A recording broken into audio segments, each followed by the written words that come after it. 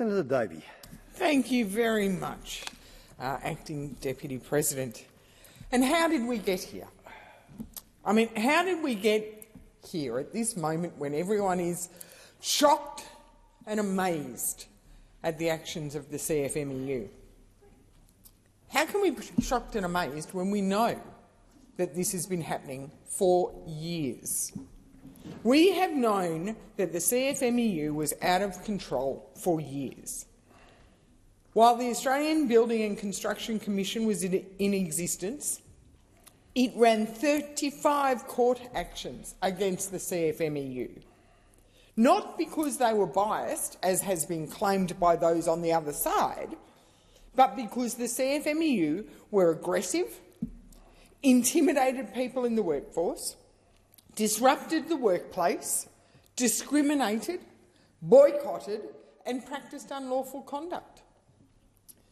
Indeed, time and time again, we heard evidence of this behaviour through Senate estimates. I was on the committee. I questioned the ABCC multiple times.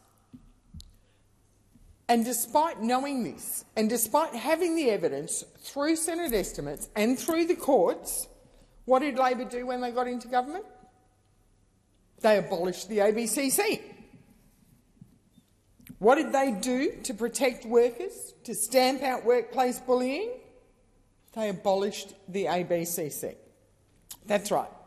So instead of taking action against the bullies, they got rid of the policemen. They got rid of the ones actually protecting workers, managers and employers from intimidation and harassment. I mean, on what planet? How does that make sense? And now, what do we learn now? Not thanks to the government and any strong action on their behalf, but thanks to investigative journalists, and it's not every day that someone in this place thanks the media, but today we can do that because the media have taken the blinkers off.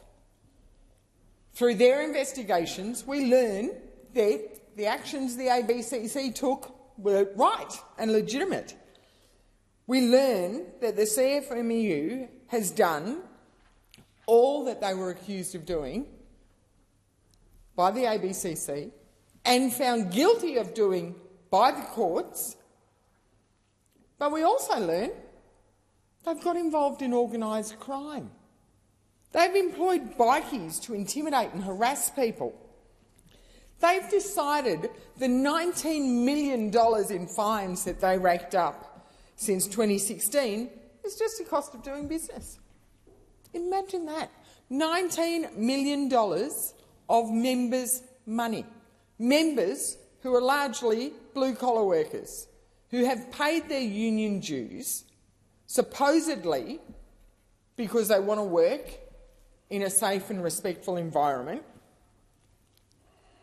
but instead, $19 million of that money the union has decided is worth being spent on paying fines for illegal actions that actually risk the lives and livelihoods of those very same blue-collar workers.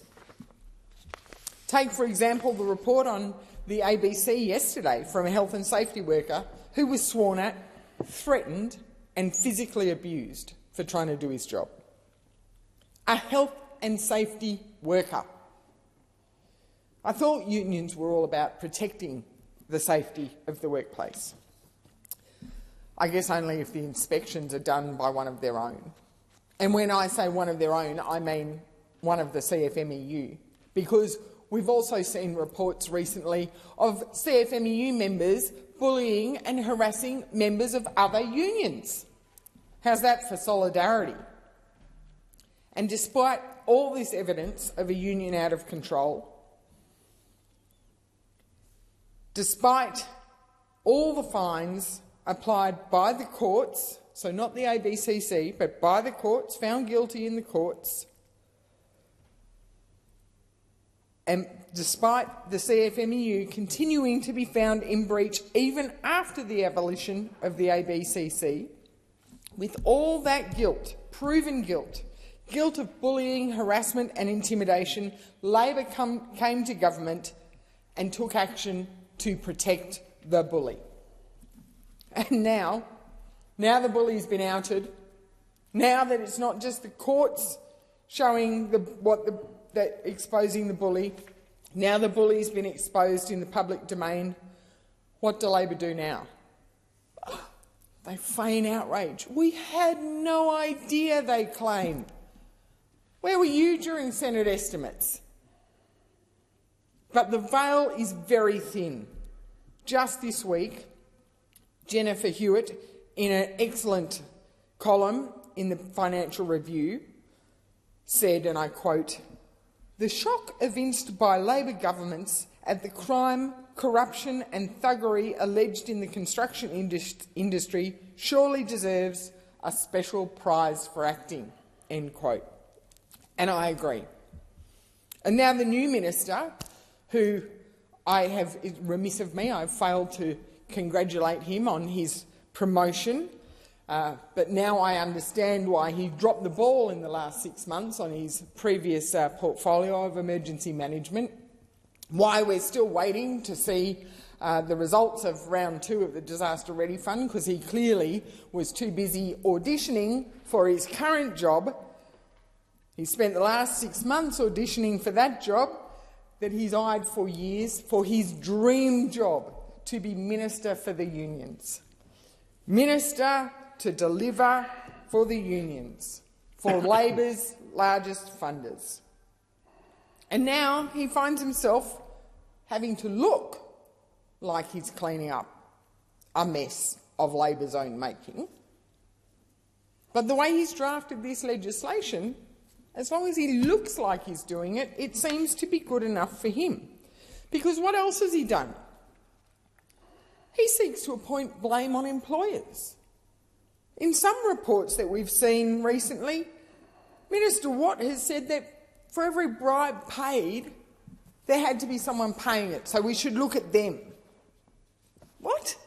I mean, totally ignore the fact that the poor someone who's been bullied, intimidated and threatened into paying, tantamount to the old standover tactics and protection rackets of the old New York, often portrayed in Hollywood movies.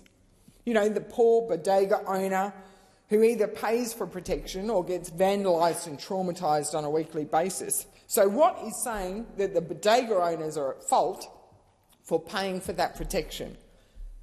Is that not victim blaming? Seriously. So through this horrid, sordid mess, we see Labor's true colours. They talk the talk about safe and respectful workplaces, but have absolutely condoned the reprehensible behaviour of the CFMEU for years, abolishing the very body that was established to help stamp out the bullying and intimidation.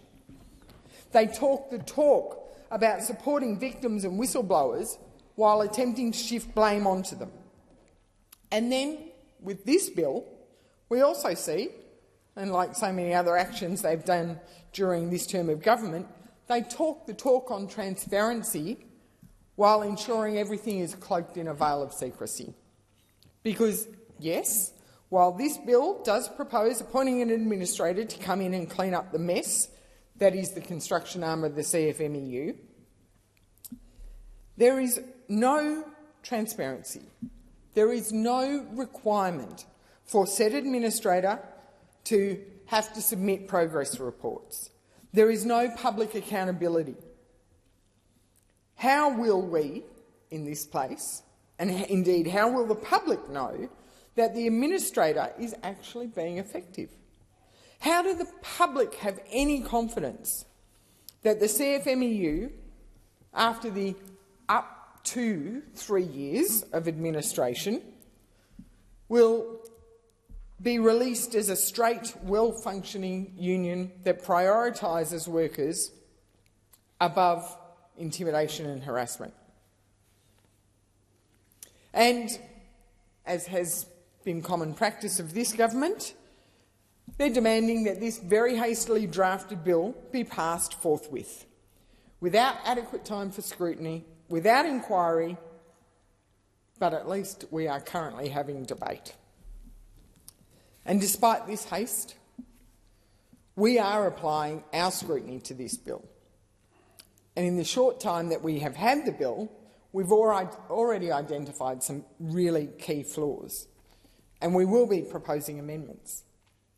So if the government is serious about getting this bill through, and if they are serious about cleaning up the CFMEU, and if they are serious about transparency and good governance, they will accept our amendments.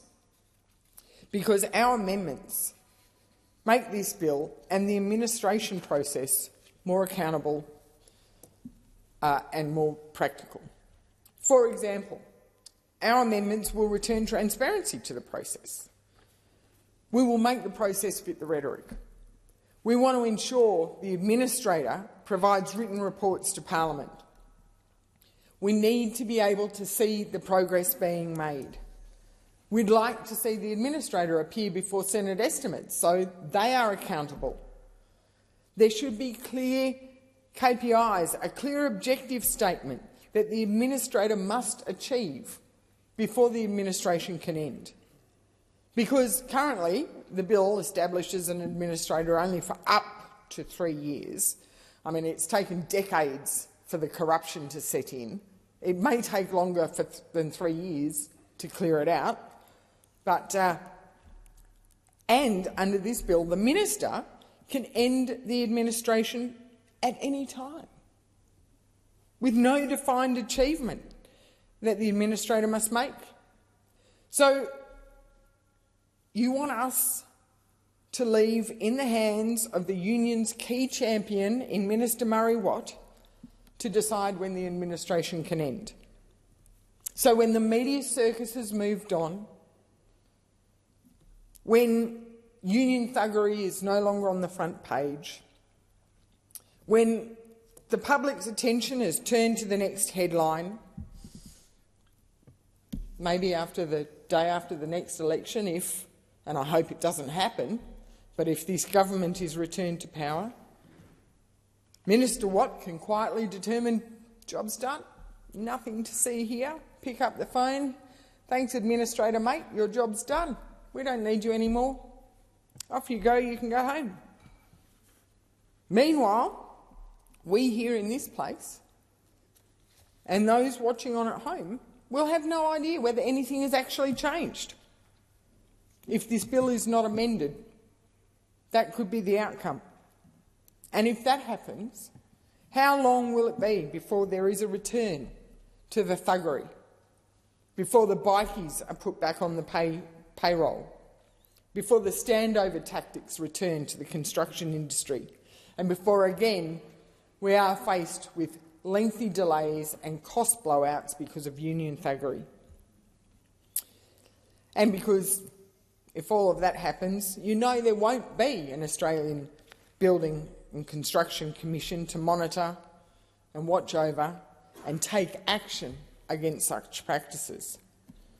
That's why we need our sensible amendments applied to this bill to ensure that we get this legislation right, because this is too important to get wrong.